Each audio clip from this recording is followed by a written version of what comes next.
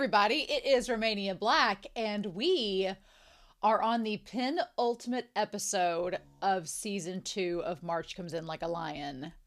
What? It feels so weird that we're rounding out the year and rounding out and starting next year with the end of this series. I feel like I just started it back around March is honestly when I started it, because I thought it was so convenient that we're doing March Comes In Like a Lion starting at the same time, and I was like, wow. But yeah, here we are.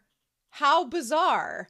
So first of all, I want to say we got 2 episodes left. So thank you for joining me on this journey. I know, as I've talked with several of you in the comments, that this series has a very devoted fan base.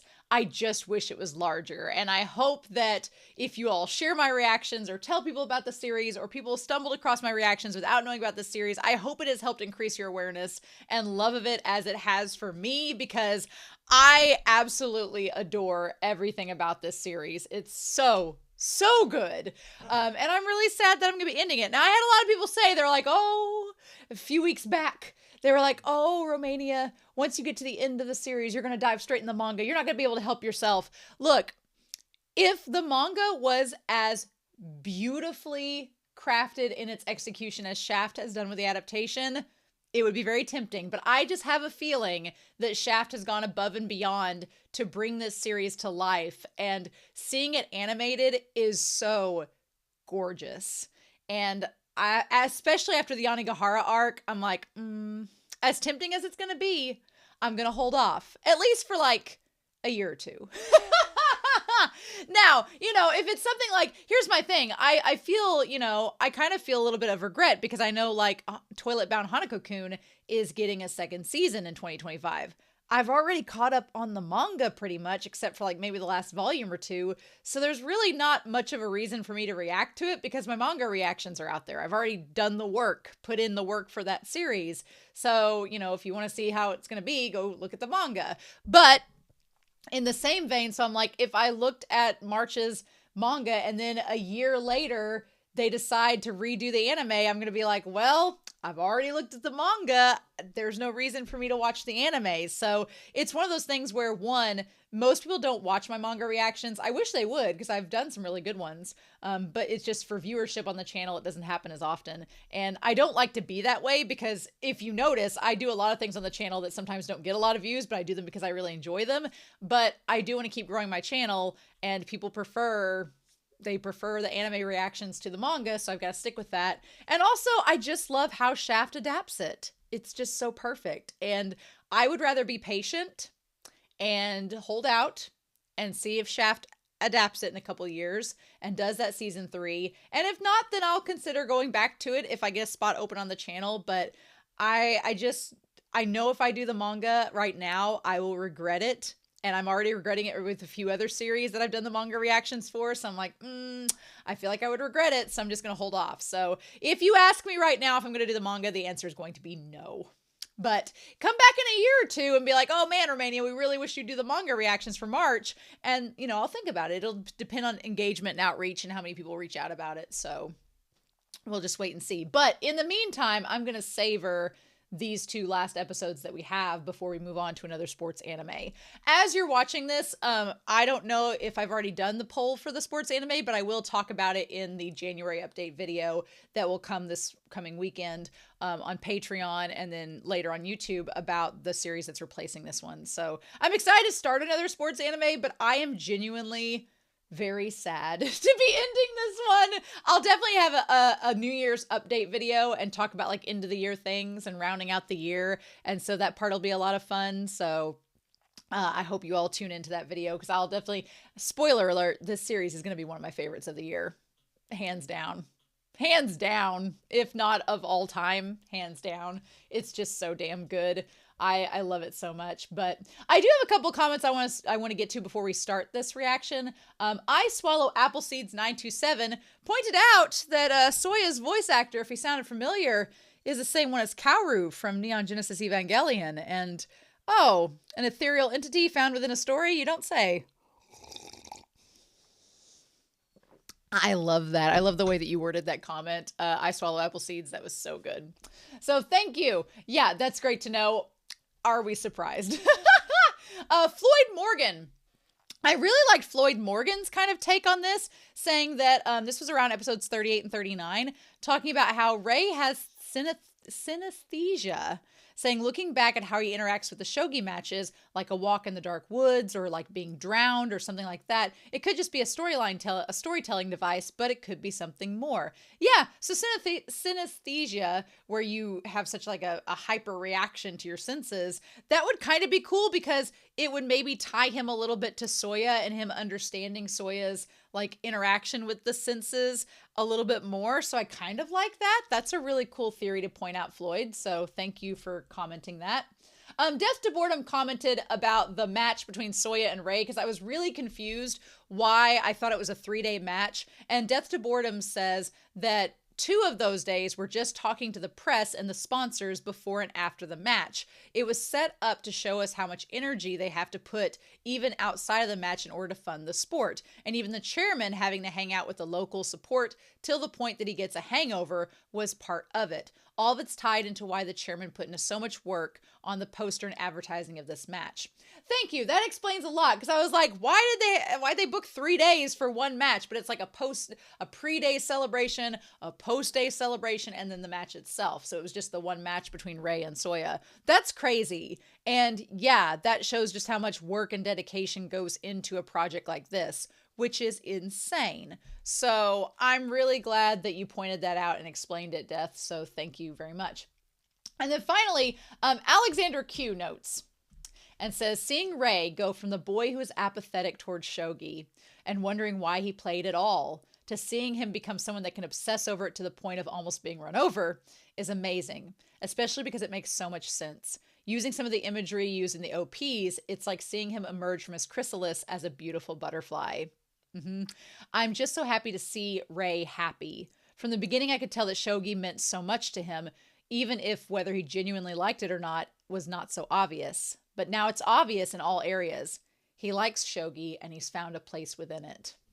I know. I think that one of my favorite things about this entire series is how they do subtle foreshadowing, like and character growth and development, because usually you see character growth and development and you think, oh, well, that's how these characters are and all this. But when you actually get down to it, seeing these characters actually be so fleshed out and seeing them grow and change, but in very real and natural ways, is just, it feels so rewarding, and it makes you as the audience member feel smart. You feel like you're catching on to something without being preached to or told directly. So love it so much. But yeah, I'm really going to miss this show. Now, obviously, since I'm not reviewing the manga, I'm only answering comments right now in this episode from like episodes 37 through 39. And next week will probably be episodes 39 and 40. So the last 4 episodes, I'm sure you all will leave comments for. In that case, I will still answer them, so don't worry. I'll still answer those comments and get to you, so please don't be afraid to send them. And just think of it this way. At this point, as long as you don't spoil me about the manga, we can talk about whatever we want with this show. That's the beauty of it. As long as you don't give me manga spoilers, because eventually I'm going to hold out hope that Shaft animates season 3, or at the very least, give me a year or 2, and then we'll get to the manga or see where we are, right? But I'm going to hold out hope. As long as you don't spoil me on the manga, we can talk all day we want about this show. So that's so exciting. But yes.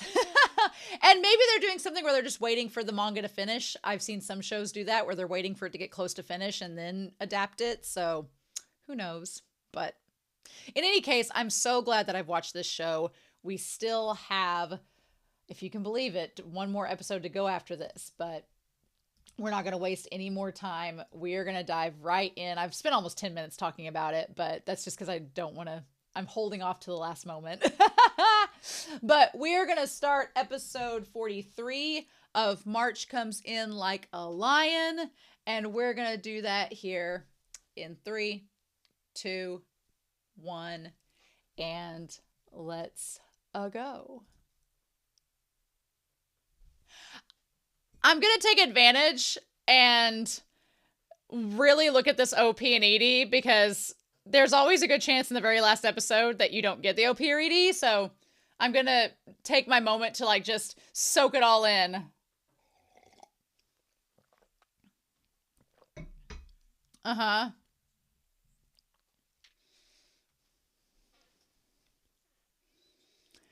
Uh I also love like the idea of even though there's rain and doom and gloom, there's always sunshine on the other end. There's sunshine on the other side.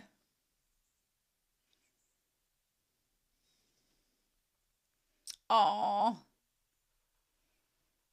Now, last episode, we had a big time jump between summer vacation to the start of the new year. So we're moving through time pretty quickly in the show.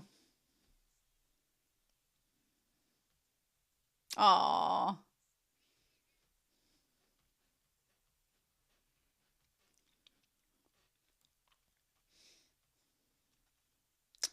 Uh and Ray with the dandelions. And March comes in like a lion, dandelions, of course. Passing time. Feels appropriate this time of year to see the snowflakes. Is this Nikaido? Maybe cut back and forth? Ooh, or what everyone's doing? Oh, the Da Vinci Man.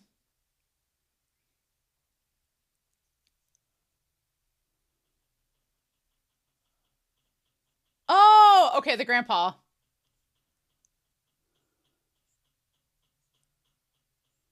Uh,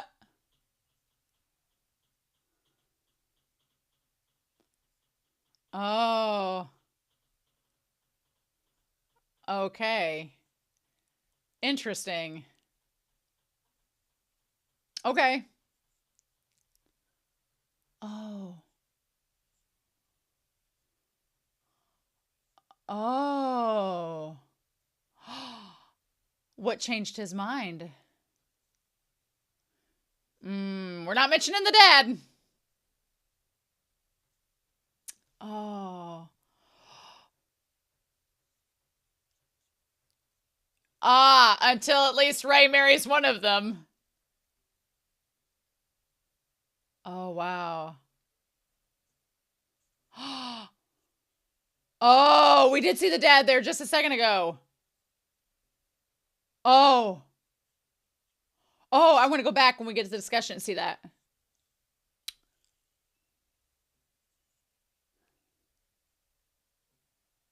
Momo's the youngest, so that's going to take a long time.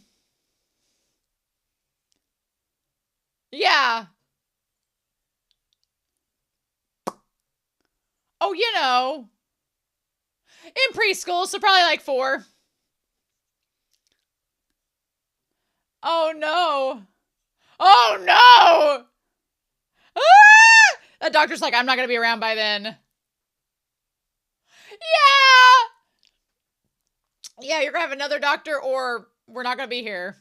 Oh, February already. The entrance exam's on Friday the 13th, girl. Oh, no. Why would you have it on Friday the 13th? Who decided that? Oh, my God. Right. Yeah, there you go. Look on the bright side. Just be positive. Be positive, girl. See? Yeah.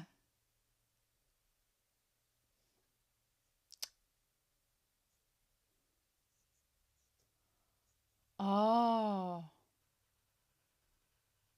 Oh, interesting. Oh. Oh.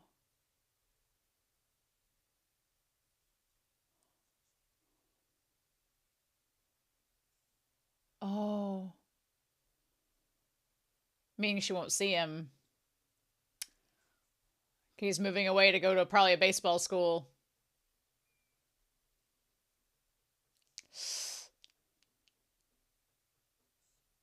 Oh no. Oh no.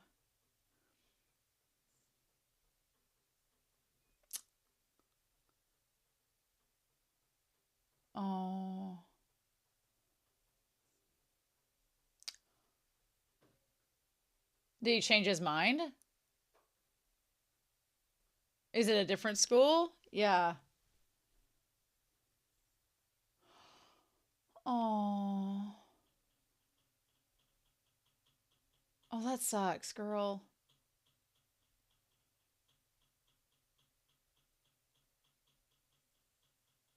Oh.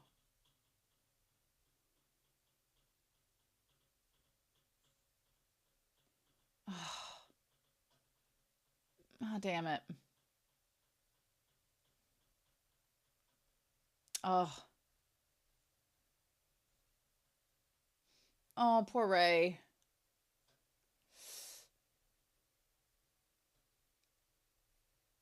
Oh. Oh, Ray, don't beat yourself up about it. Oh, are you thinking because she likes him? I mean, they're friends. Maybe she's just viewing it as like her one of her layers of support is gone.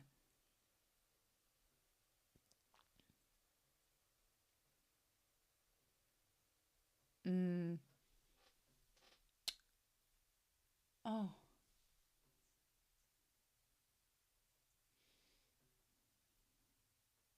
Like if you were leaving and looking at it the last time.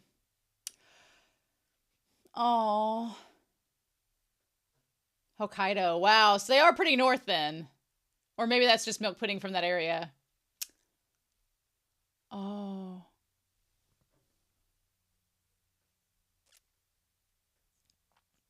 I wish you could say goodbye to him or talk to him before he moves.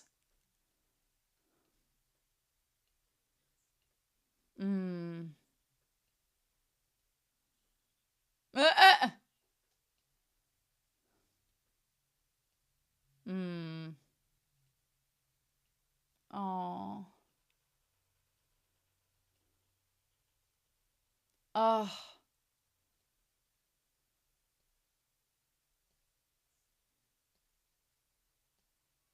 Oh. Yeah. So it's like all of her support networks are moving away from her.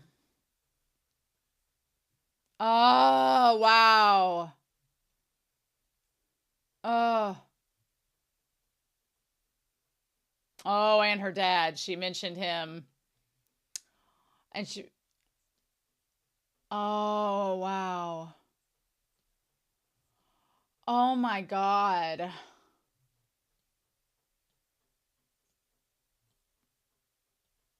Damn. You're not gonna make me cry, show. Not like this. Oh, girl. Don't stand out there in the snow. Don't do that.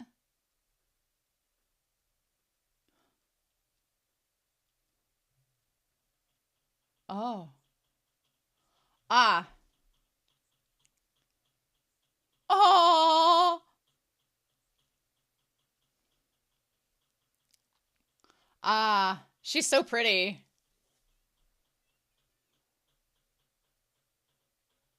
Oh. Oh.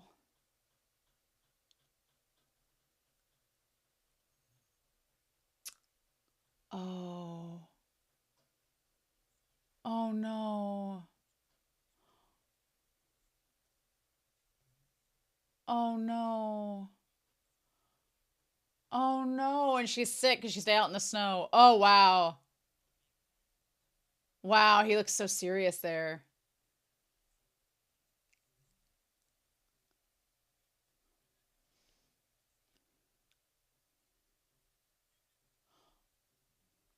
Oh. Oh, girl. Oh.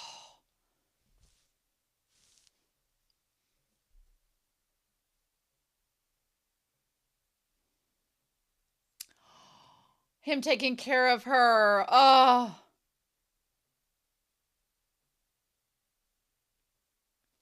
Oh.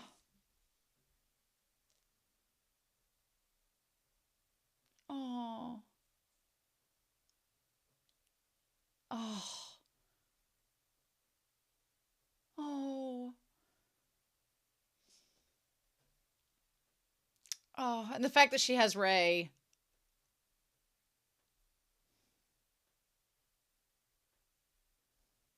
Damn, girl.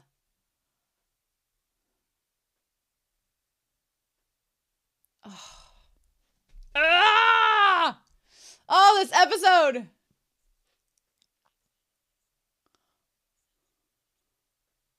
Okay. Oh, and he's picking her up. No, no. He's gonna see you off.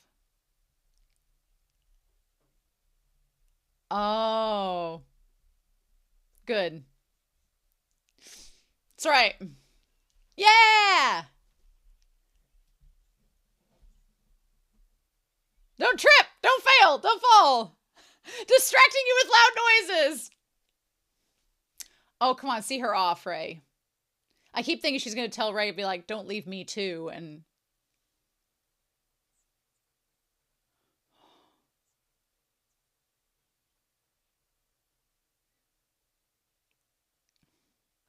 But then what about the people that are right there beside you now?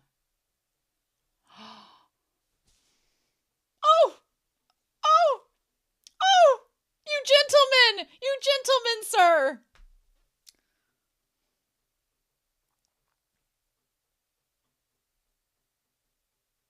He's so kind.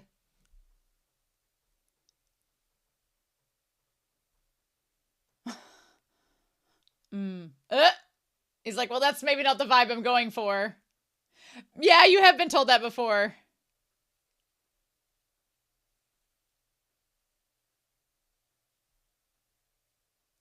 But...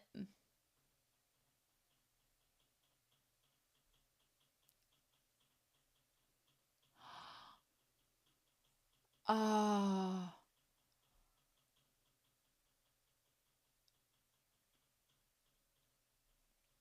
Oh...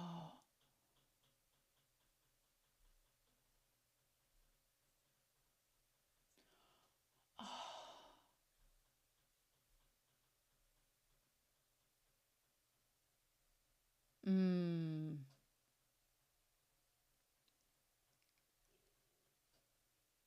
Don't you be getting in bad health, sir.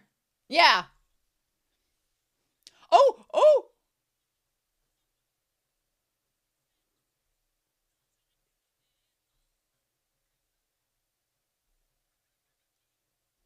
Oh.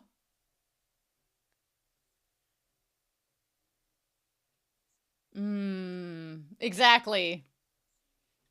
Exactly.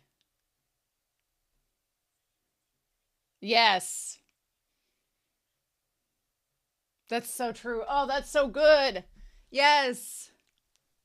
Oh. And passing time being about people passing from her. Oh, okay.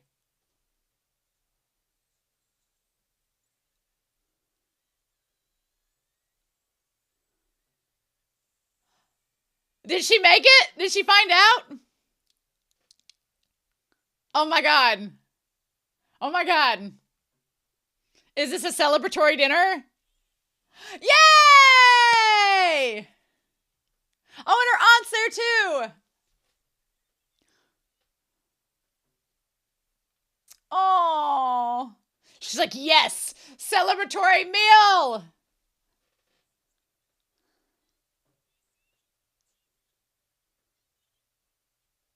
Oh.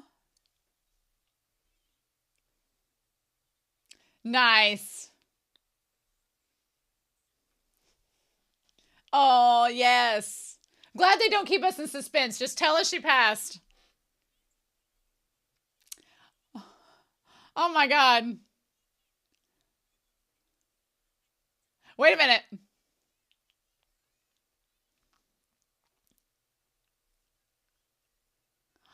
Oh. Yeah. Mm-hmm.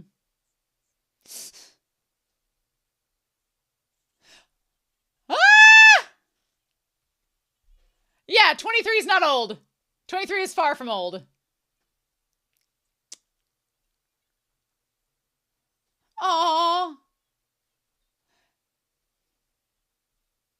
Wow, that's quite a bit.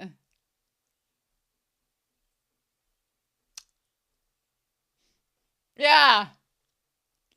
Would you like to stay forever? Oh, she's called him Raccoon. He's in the family. It's here. The aunt is making him eat fried chicken and calling him Raccoon. He's set. Oh. Oh. Oh. I mean, no, Ray's not like that. Yeah. Ray's a gentleman.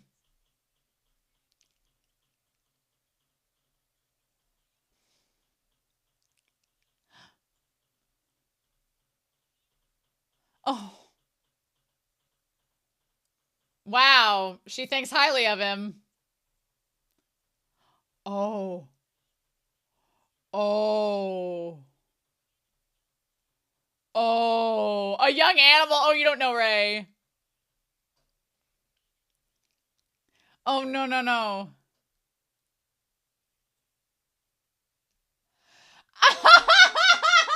They all love him. They all love him. Because he's so perfect. They've been charmed. Well, he's not your average second-year high school boy. Oh, oh no. Don't have doubts about Ray.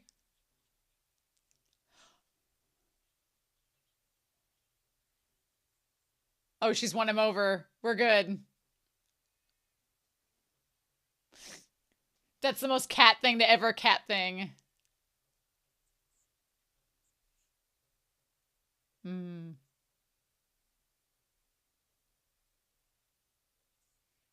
Aww. Yeah. Oh, I'm sure. Because Akari will be able to come over. Yes. What?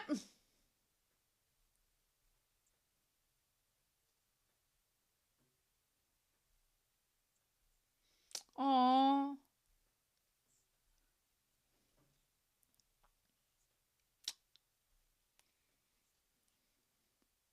Yeah.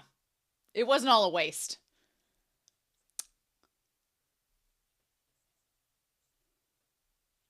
Oh. Look at this. Look at him. Yes. Being careful and cautious because of her. Oh, wow.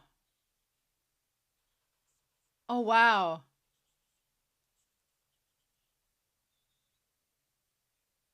Something really bad happens. Don't jinx this.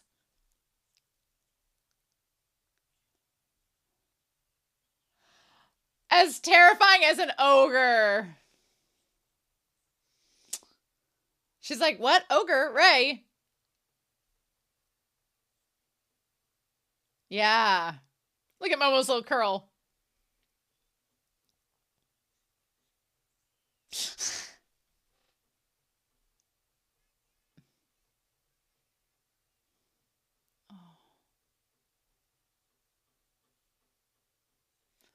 Oh.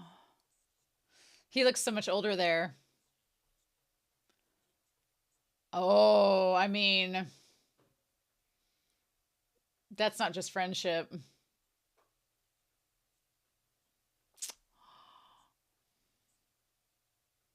Look at you. Yeah.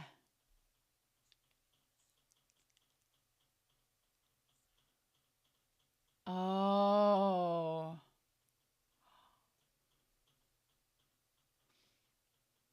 That one day changed everything.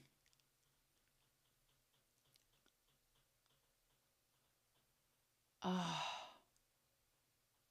And he made that promise with her.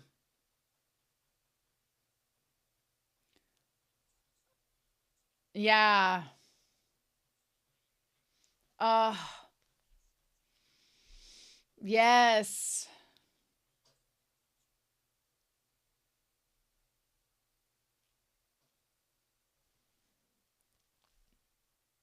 He looks so much grown up even from that moment. Like almost a year ago.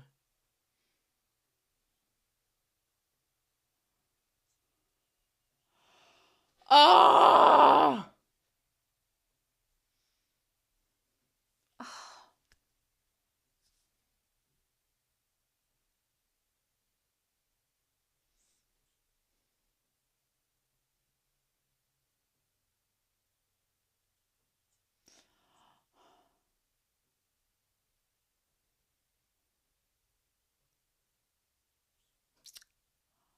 Did you fall in love?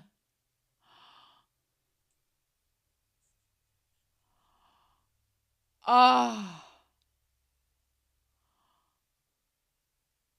That is so freaking romantic.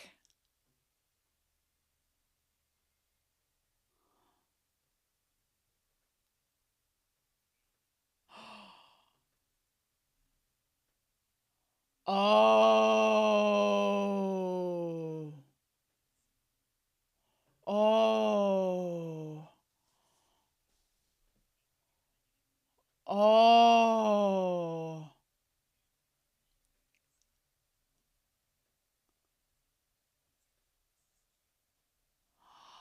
Oh my gosh.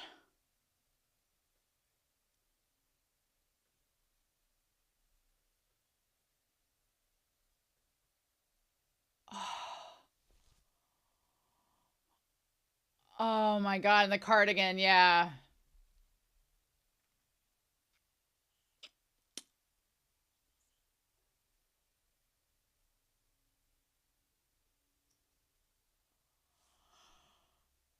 Oh.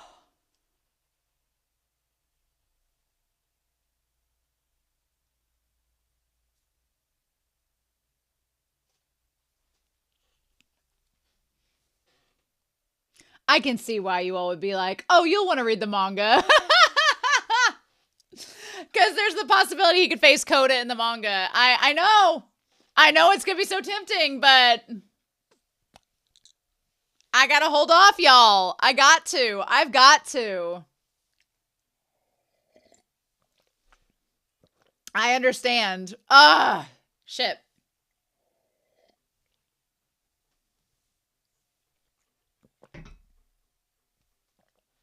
I do love that promise, though, that he's like, we'll talk about Coda and how much Ray has grown seeing him.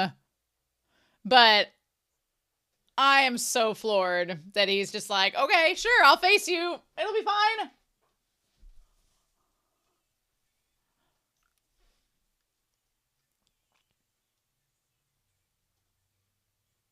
I love the CD so much.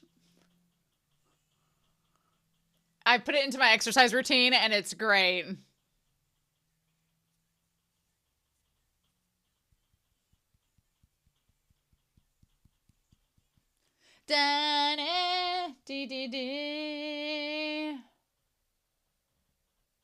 Wow. Okay.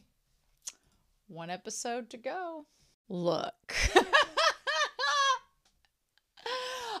I get what you're saying now that this season would be tempting to make me want to read the manga, but I'm holding back. I'm gonna stay strong. I'm gonna stay strong and wait for Shaft to animate it. I've made up my mind.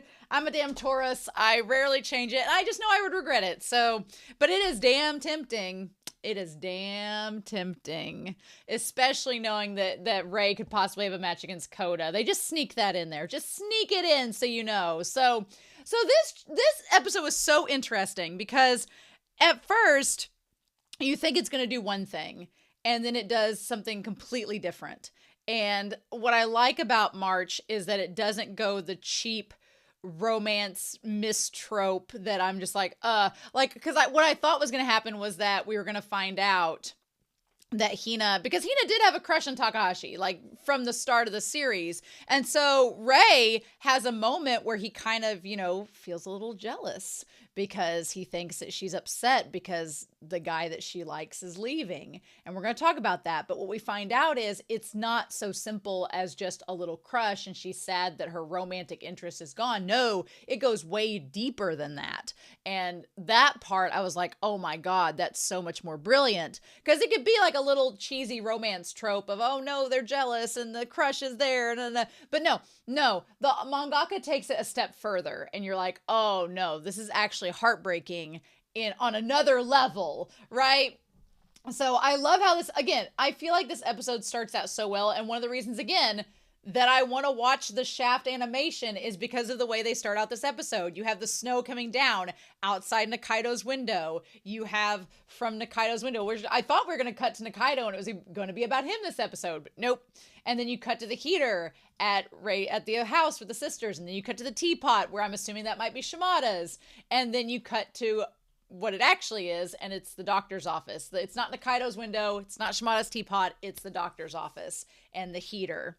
And so 135/80 is actually pretty decent blood pressure. That's about right. When I was running full stop, I was like 115/70. And now that I've stopped running, it is like 120/75 or 120/77. It gets 120/80 sometimes, but I try to keep my blood pressure down because my family has a history of high blood pressure and I really don't want to take medicine if I don't have to. So Meiji is the grandpa's name. And so the one doctor's like, okay, he's like, I'm going to keep giving you medicine. I don't know how the Japanese healthcare system works. I don't even want to talk about the American healthcare system. Don't even want to get into that conversation. But I usually go and do like a checkup every 6 months to a year with my doctor. But I'm really conscious about my health. And so my parents probably go maybe like once a year. But he's in his like late 60s, early 70s, it seems. So I could see why him going like every month to the doctors. And so Sakuma MD, internal medicine pediatrics. I'm assuming that internal medicine and pediatrics indicates to me that everybody in the family probably goes to that one doctor because he could see Momo, he could see the sisters, he could see everybody. So I'm assuming that that's the way it comes. But I feel like I like that the grandpa is taking better care of his health because that has been a concern of mine throughout this entire season, being like, is the mangaka gonna make the grandpa sick for melodrama? And I'm like, they've lost the mom and grandma. Can we not have them lose anybody else anytime soon? But one thing I like about this is kind of the foreshadowing of the grandpa being like, look, I'm staying alive until my granddaughters are married off, and I know that they're going to be taken care of. And he has right to want that because as long as he wants to know that they're safe, we don't know a lot about the aunt. I'm assuming it's his other daughter. We don't know a lot about her, but she has the pub. We don't know what her home life is like. I think she's married. I think they established that, but she doesn't have any kids. And he knows that she's secure. She has a business. She's financially stable. But throughout this entire series, we've seen that the Kawamoto household is not exactly flourishing with cash. They're not flush with cash. They live paycheck to paycheck. Akari skimps on groceries and buys what she can, but like them splurging on a dinner is like a big deal. So they're doing fine. They're surviving and being okay. And they seem like they don't have to want for much, but they don't have a lot of luxurious excess wealth. So he wants to make sure that they all are financially stable so they don't have to worry if he's gone. And that's a legitimate concern. And it's not just like a feminism thing because they're 3 daughters. He's concerned because they're his 3 grandkids and he's the sole provider. Like Akari works at the pub and she helps out with the bakery, but she doesn't have a full-time job. She's taking care of Momo. So she can't afford to have a full-time job. She has to be there at the house because somebody has to be. And then Hina's just barely in the high school. She's not able to get a job yet or travel and do that around town. And Momo's 4 years old. So yeah, it wouldn't be regardless. Even if they were all 3 sons, he would still be like, until they have their own financial security, I'm not going to sleep well at night. And I need to keep myself, in the best shape that I can so I can keep on providing for them. Now, to me, this also symbolized that Ray is gonna marry Hina at some point. I am thoroughly convinced. I want them to be in game. I feel like Ray is eventually way down the road in the manga, in the epilogue, is going to be married to Hina. That's my end game. That's my headcanon. I feel like they're going to be together and they're going to be married. And, but even then, he's a professional shogi player. It does pay in a sense, but she's going to have a job if they ever had a family. He's a professional shogi player, but there would need to be some kind of financial income there. And the thing that's interesting is his dad owned a hospital. His dad worked at a hospital, managed a hospital. So you would think that there's some money tied up there, but we've established that the grandpa took it over, and the aunt, Ray's family, they seem like they wanted the cash grab. They wanted to be directly tied to the hospital so that they would get all the inheritance from the grandpa and make all the money. I wouldn't be surprised if one of two things. I wouldn't be surprised if, one, the parents, if the grandpa ended up leaving Ray a bunch of things and Ray had a little chunk of financial stability there to help him and Hina start a family down the road if they got married. But I could also see the aunt and the uncle taking all that money for themselves and leaving Ray with nothing. I could see that too. And then there's the whole situation of Koda. Would Koda leave Ray things? Probably, much to Kyoko and Asumu's chagrin. He probably would, but I feel like Ray eventually will be a famous enough shogi player, we hope, to make a name for himself and make enough money to be stable. And then if Hina takes over the family business with the bakery, then maybe they could provide and have a good enough income to, because raising kids is not cheap. It's expensive, and you need a stable income to do so properly. So yeah, so I love the idea of the grandpa wanting to, come hell or high water, I have to stay alive until all three of them are married off. Now, we did get an image of the family. He did show a picture of his daughter getting married, right? So we did see that. We saw her getting married. We saw what looks like the mom and another man. And then we saw the dad there with black hair. Now, I did not expect if that is supposed to be, I don't know for sure, is that supposed to be Akari's and Hina's mom with him? And then, because I expected him to have pink hair, but he has black hair there. So I don't know where it comes from on Momo's side. I don't know where Momo gets it from, to be honest. I don't know where. But if that's the dad, that's interesting. But he's I can't let them stand in front of that gold leaf folding screen alone. Yeah, he's I don't want them to get married without family. And he's the only family that's left. Because we don't talk about the dad, apparently. Hina mentions him, which is interesting. And I like that the doctor's kind of okay, well, Akari's 23, so she could get married, anytime in her 20s. Hina probably isn't going to get married for another 10 years. Momo, Momo will probably be 20 years. You're going to be in your 90s, sir. And he's I'm not going to be around for that point. He's you're going to have to find a different doctor. But I do like that the grandpa is thinking about these things, because I'm sure that weighs on his mind, making sure his granddaughters aren't starving and without financial stability. So then we have the exams, February. And having it on Friday the 13th, what? I'm sure they schedule that ahead of time, but still. Also, I don't know when White Day is for March. It clearly passes here, but I was curious in there. What I like about this part of the episode is that Ray is very confident for Hina. Hina's in middle school, and if you've ever been around middle schoolers or have been a middle schooler yourself and remember those days, then you know how dramatic middle schoolers are. It's oh, when am I going to pass the test? I don't even know that happened. And Ray's you're going to be fine. You're going to be fine. And I think one of the things that Akari and the grandpa love about Ray is that they don't worry about him around Hina, because they know he's so mature, and they know they've seen Ray at his lowest, and they know how he is. And the fact that he's so responsible and he's such an upstanding kid and he's so nice, he's won them over hook, line, and sinker. They would give him the moon. And so I feel like they're not worried at all about Hina's safety with Ray, which, yes, thank you. Thank you, show, for giving us a male protagonist that isn't like doing googly eyes and being like Naruto and doing sexy no jutsu as a naked female body. Like, thank you for giving us like a wholesome male protagonist character that clearly likes Hina. He likes her.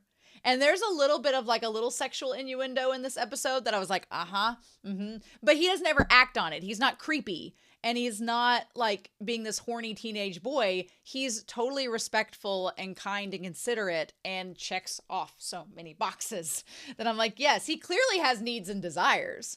And he has vocalized them in his internal monologue to us, the audience, but he doesn't ever act on them in a disrespectful way because he respects Hina so much and he's so grateful to her. And we'll talk more about that when we get to it, but he's not worried about her. He thinks she'll be fine.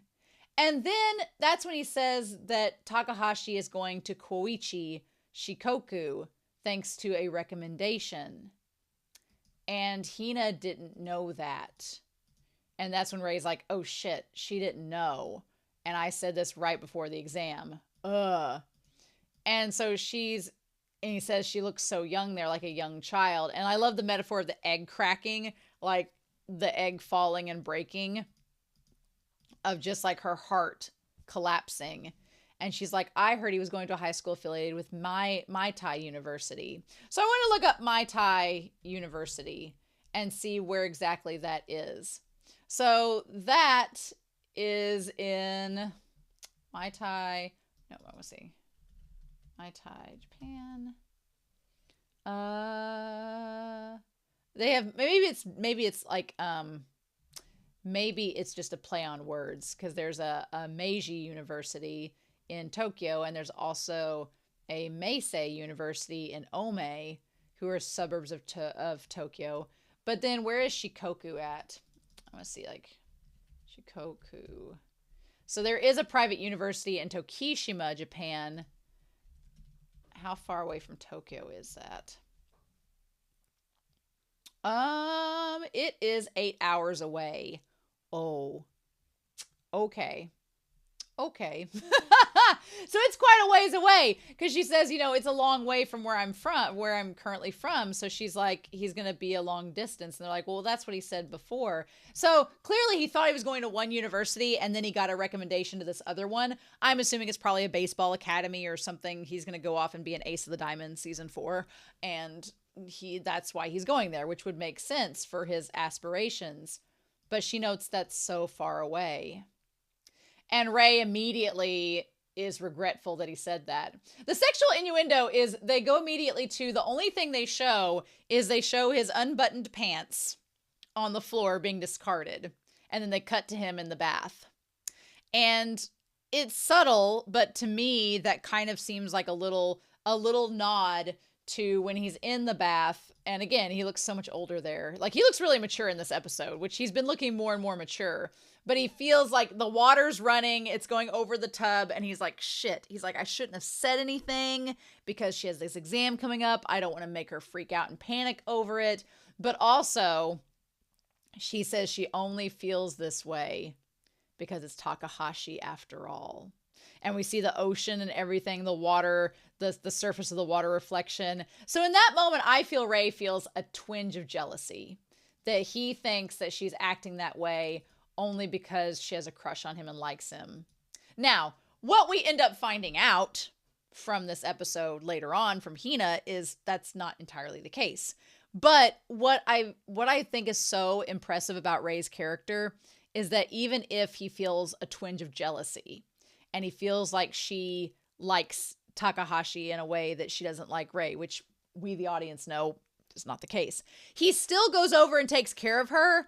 And he still is nice to her and considerate, and he doesn't let it weigh him down. He's just like, no. He's like, Hina means too much for me to think that way. And I'm like, thank God. Because for a second, I thought it was going to be this big miscommunication and this big old ordeal. But no, Ray isn't a freaking young adult. And he's like, let's think of this like adults do. And he's like, it's fine. I don't know what she's going through. He's clearly a friend to her.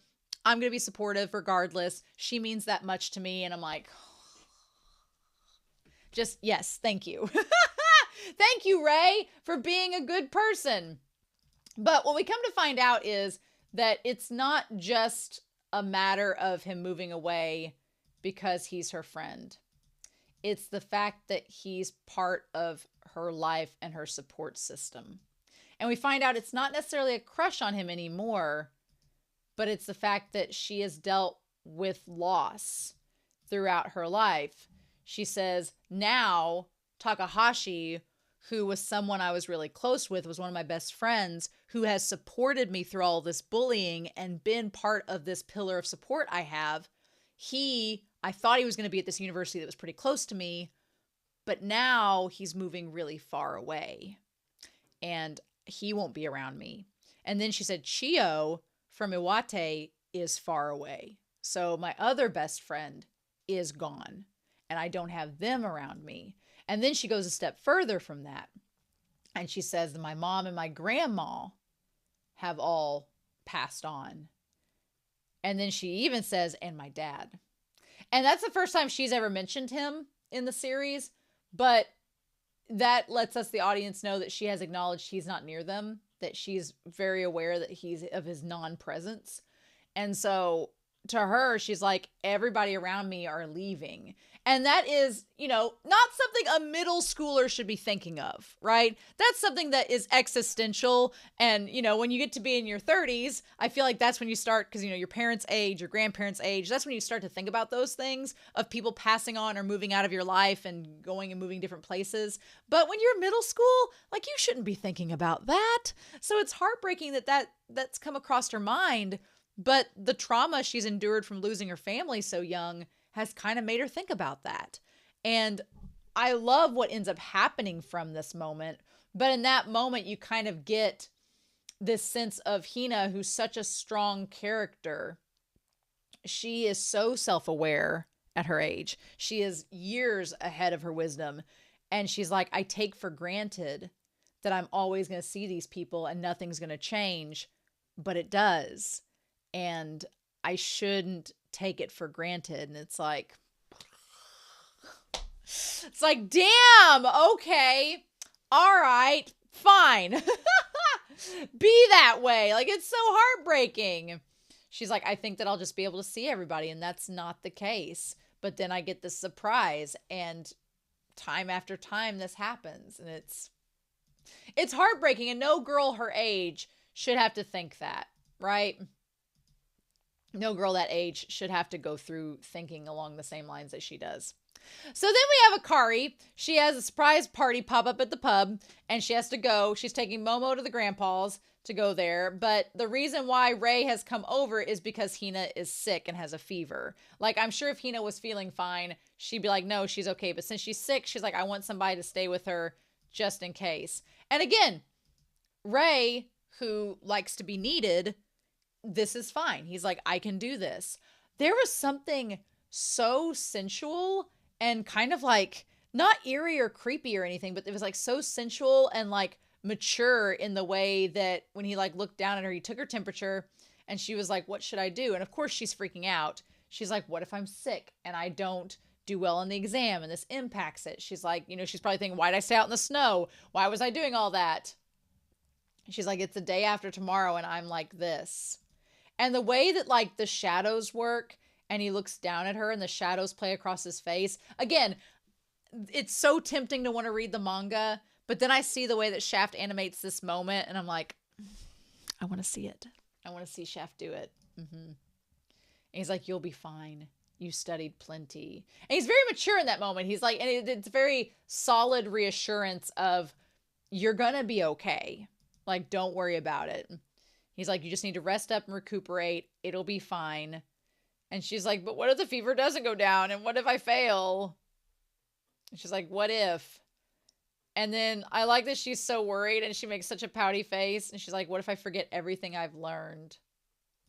And the way that he looks down at her is it's angelic, but it's in the shadows. So whenever the grandpa calls him an Oni, I'm like, he kind of is, but in an endearing way in this moment that he's like, no, you're not going to forget. That's what I kind of love. I love that Ray and Hina, the reason why they're such an in-game pairing for me is that they support each other and they balance each other so well. Like when Rey is doom and gloom, she is this light that brings happiness and brings reinvigorates him. And whenever she's panicking and stressed, he's there to be like, hey, calm down. It's going to be okay. Like just goals. And they're just in middle school and high school. Like goals. They're the most mature middle school and high schooler. That's the only unrealistic thing about this. They're so damn mature. And the way he's so caring of her. He's like, I'll get you some porridge. I'll give you some medicine. I kind of like also, they do a little tiny discussion about gender roles in this because she says he's kind of like a mother. And we'll talk about that scene in a second. But she says he's kind of like a mom and he's been told that himself, right? But honestly, I feel like Rey is such a great example of a very heterosexual character who kind of defies, you know, roles that are typically given to women. And that's not a bad thing. I wish more men were like Rey, you know, and were as considerate and caring as he was. Mm-hmm. And there are plenty out there who are like that, but I feel like they don't get enough recognition or it's not standard, right? And it's so beautiful how he takes care of her and makes sure that she's okay. And so we have the snow falling and it looks like stars, which is so sweet. Then her fever goes down. I like that Rey takes her off to take the exam and he's like, he doesn't have school that day because all the kids are coming to take the exam. So they've canceled classes. I'm like, he wants to make sure she is as comfortable and ready as possible. And I'm like, that's just next level care that is so beautiful. I love it so much. And so I like that Akari and them say good luck. And they're like, oh, don't fail. Don't fall. Poor Akari. Poor girl. She tries her best. But yeah, she's like, during the time I had a fever, I kept thinking about all the people I had lost. And the tears wouldn't stop. And then Rey is such a freaking gentleman. He offers to take her bag for her. I was waiting for her to like grab his arm and walk alongside him so she didn't slip. But that's me getting too shippy. But he offered to take her bag and help her with that. And then she's like, I realized that it's not just about the people I lost. Because she's like, Kiriyama, you're kind of like a mother. And Rey's like, that's not the vibe I'm going for. He's like, I think somebody's told me that before. But, you know, mother, boyfriend material. But then she says, but. And she kind of looks at his back. And we see them walking along the streets. And she says, that's right. Rey suddenly appeared before me. And we have Akari and them praying and the dad praying for her and everything to be okay. And for her to pass the exam. And Rey grabs her and helps her get her back up on her feet when she slips and nearly falls. And she's like, not everyone has gone far away. Not everyone has disappeared. She's like, I get so caught up in thinking about the people that I've lost sometimes that I forget about the people that are still with me. And that's what I need to focus on. And at that moment, I'm like, oh, we're fine. We're going to be fine. We're going to be great. She's got Rey with her. It's going to be perfectly fine. And she ends up passing. And she gets all of her favorite things. She gets fried chicken. That, honestly, the fried chicken looks amazing. My brother has made fried chicken like that, like Japanese style fried chicken. It's so good. It's so good. I don't like American fried chicken at all. I'm not a fan, but I also don't like breast meats and wings. I like it like that, served like that. And my brother's made it like that, like the bites. So good. But he's made that. And then I've never really had eggplant, but I do like gratin potatoes. So I would probably like that with cheese. Now here's the thing. I don't like macaroni salad and I don't like soft boiled eggs. So I would just avoid that dish. I'd be like, y'all can have that dish. But I do like garlic toast. And I do like onigiri. So I haven't had radish onigiri, but I do like onigiri a lot. So that'd be great. So the aunt comes as well. The aunt comes that is also the daughter of the grandpa. And she's like, I've got this mountain of fried meat. And everybody's hanging out, having a great time. And the aunt is like, that's a lot of fried chicken that you got there. And she's like, my little Hina going into high school. And she's like, oh, no mom speak. I like that the aunt's like, don't talk like your mom. You're only 23. You have still plenty of time to find a husband. You're great to go. And honestly, girl, she is. I'm 36. So I'm like, 23 is really young. But she's like, no, she's like, you're not a mom. It's fine. You're still only 23. You got plenty of time. And so then Hina's like, it's thanks to Ray that my math score went up. And the grandpa's like, kid, you're such a miracle worker. And then the aunt's like, can I call you Ray-kun? she's like, can I call you Ray-kun? Are you gonna have this fried chicken? I feel like if Ray can pass the test and be accepted by the aunt, he's in. He's in like Flynn. She's like, you've helped out. I feel like once the aunt has been around Ray and seen him and knows what a mature and kind-hearted person he is, she's like, oh no, actually, it felt like that scene in Mulan where he's like, can I stay for dinner? And the grandma's like, would you like to stay forever?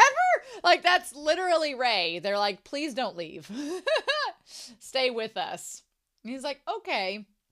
So we have the Misaki bar, the Club B, and she's like, wait a minute, the two of them are left alone. Now, granted, I think the aunt does have a right to be slightly concerned, because when you think of teenage boys being stuck with Hina, you know, you might be worried. But no, they're like Akari and the grandpa are so head over heels for Ray that the aunt's like, why do you guys trust him so much? And then she sees him in person and she's like, oh, he's actually okay. She's like, we can actually trust him. It's fine. I love the cat sneaking up and is like, pet me right now. I'm like, that cat is everyone's cat, right? But I love it. I love that, you know, not only is Hina excited for April when she graduates middle school, but Ray is excited. He's like, you know, Noguchi and the others are graduating from the Shogi Science Club. So I'm excited that you're going to be at my high school, and Hayashida is going to have you as a homeroom teacher, possibly. And he's excited you're going to be there because then he can see Akari. He's like, everybody's excited that you're going to be there and it's going to be a great high school experience. And I'm like, I just love that. I love that Ray and her, he's going to be a third year. She's going to be a first year. It's going to be sad when he graduates and she still has like 2 years left, but that'll give her a year to get acclimated to high school and make friends. And that way, when he graduates, he'll still be able to possibly see her. And I love it. And I love that she's like, I don't know how to thank you. And he's like, I was studying too. And what I love is that we have seen him studying for shogi while he was watching her, but seeing how he channeled her like passion and channeled her passing that exam to help him win those shogi matches. Because before, like when he was like worried about Nikaido and wanting to take, it wasn't him being like vengeful for Nikaido's sake. It wasn't him like being so hyper focused and stressed, being like, oh, I have to do well or I'll let them down. Like earlier on in season 1, when he was trying to like, or earlier on in this season, when he was trying to like win matches so that he could make money and pay Hina back and help pay for her tutoring bills if she needed it. There was all this anxiety around him winning because he felt like if he didn't win, he would let her down. And here, that's transformed into him saying, I want to win. And I don't want I don't want her to feel like it's her fault if I don't win. So he channels it in a different way. And it's so good. I'm like, oh, so good. And I love it. I love that he's like, he does it for her sake. And of course, the grandpa realizes how important it is. You know, he's like, you're about to be a B2. And he's like, oh yeah, sure, unless something really bad happens. And I'm like, don't jinx this, Ray. Don't give us bad foreshadowing. But I think it's also important because he's about to be, if he wins the next 2 matches, he'll get up to rank B2. So will Koda. He'll be at Koda's level. And I'm like, oh, so they could possibly face each other in the future, which is insane to me, right? And the grandpa realizes how scary he is. And Hina's like, is that a good thing? In that moment, Ray looks so mature with like the shadow and the light on him. He looks like he's grown so much. He also doesn't like wear the hoodie, the cardigan from Koda as much anymore, which is kind of symbolic to me. But then we see him and Koda walking together at the end, which we'll talk about here in a second. But look, this moment where he says about Hina, he's monologuing saying, I hate to see her cry or be troubled about something. And then like, he's like, I can't stand the idea of her being in trouble with me not knowing about it. Look, this whole scene is basically a confession Because when you're friends with somebody, yeah, you want to support your friend and you don't want to see them sad. This goes beyond that. This is basically him saying that he loves her without saying that he loves her. Like the fact that he's like, I don't want to see her in pain. I don't want her to be where I can't help her. I don't want to see her struggle. That's beyond just simple friendship. And then he's like, when I heard she wanted to come to a place that was within my reach, I wanted to make sure she was accepted. Like that goes back to that talk about desire and him having desires. And he's like, they might not be nice thoughts, but they are part of me. And then he said, until then, I thought whether what I did was right or wrong depended on other people to decide, as if it was like a trial and jury sort of situation. He's like, but no, after that day, that one day, this bully doesn't realize that she's the biggest wing woman in anime history. That bully has no clue she has solidified this ship by her actions. Like, talk about trajectory, right? That one moment changed everything. And seeing her have this conviction, when she said, I didn't do anything wrong, she kept a firm grip on the helm of her heart. And I love that. It's poetry. It's so inspirational. And then him holding out his hand to her, making that promise. He's like, I found a light within myself that I didn't have before. I mean, that whole line, you complete me, she literally completes him. She literally helps him find an inner light that he didn't know he had. That is literally a confession. I will accept no other offers. He's like, she helped me find, and like his hand gripping around hers. I mean, they're too young for any type of engagement or things like that, but still. And then waving to him as they're leaving. He's like, that's right. Oh, and him waving back without a doubt.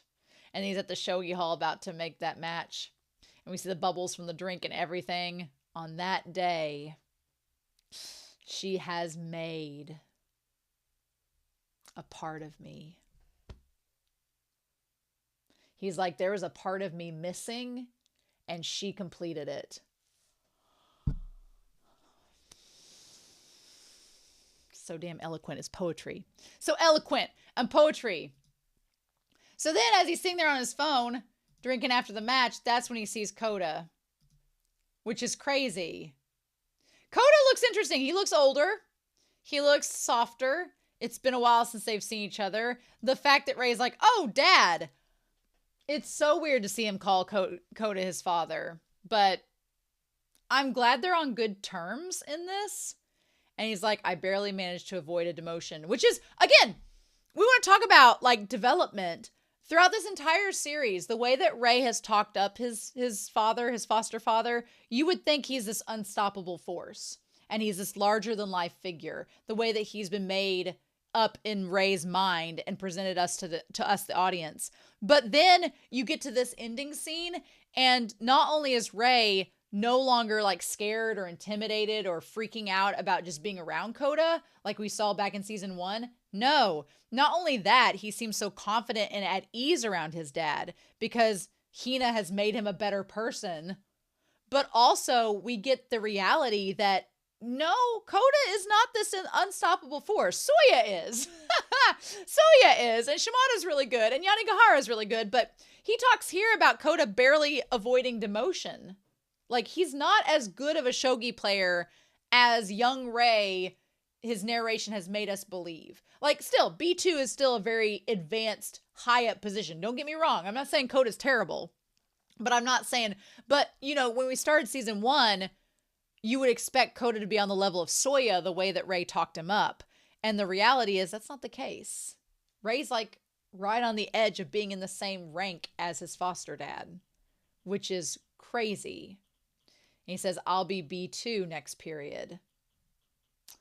And he's like, maybe we can pick up where we left off last time.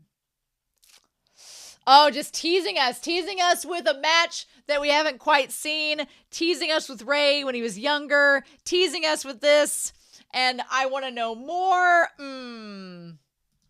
teasing us. And he's like, Ray. And that ocean with the light under it, like at the surface. And you would think season 1 Ray, even early season 2 Ray, would have been drowning in that ocean. And at the thought of going back to those prior memories, and at the thought of facing Coda, and this Ray, who has been given a new part of his soul back because of Hina, sees the light skimming the surface of the ocean, and he's just surrounded by this light, and he's like, yeah, I would like to face you. I think I'm ready for that. That's so good. Damn it. Because then he sees him getting the cardigan from Coda and pushing the sleeves up to wear it. He's like, that's right, father. And then walking together. Just so good. So damn good. So damn good.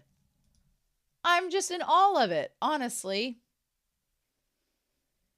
Now, don't get me wrong. I am certain that there are going to be hardships in the next season when they get to it. I'm sure there's going to be a lot of hardships. Again, we haven't touched base on that dad. I'm sure that dad's going to show up at some point for some reason. There's obviously probably going to be like, difficulties breaking into high school in a new place. And then you have like, what's Ray going to do after high school? What's he going to do for his exams? What about the shogi matches? I'm sure there's going to be a lot of things and a lot of content with March that they have yet to explore that are going to be dramatic and amazing. It's just really hard to not wait and to see Shaft animate it because it's so good. Right?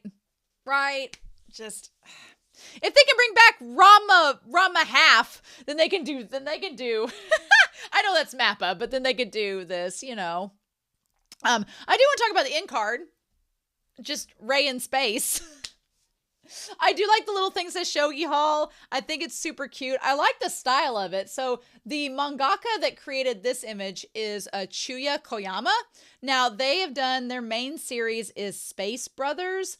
I only know about Space Brothers because I know from Semblance of Sanity, that reaction duo, that there were a lot of people recommending that they react to Space Brothers back when I was watching their channel. I don't watch a lot of their reactions anymore because they're watching a lot of series that I haven't seen yet, so I don't want to be spoiled.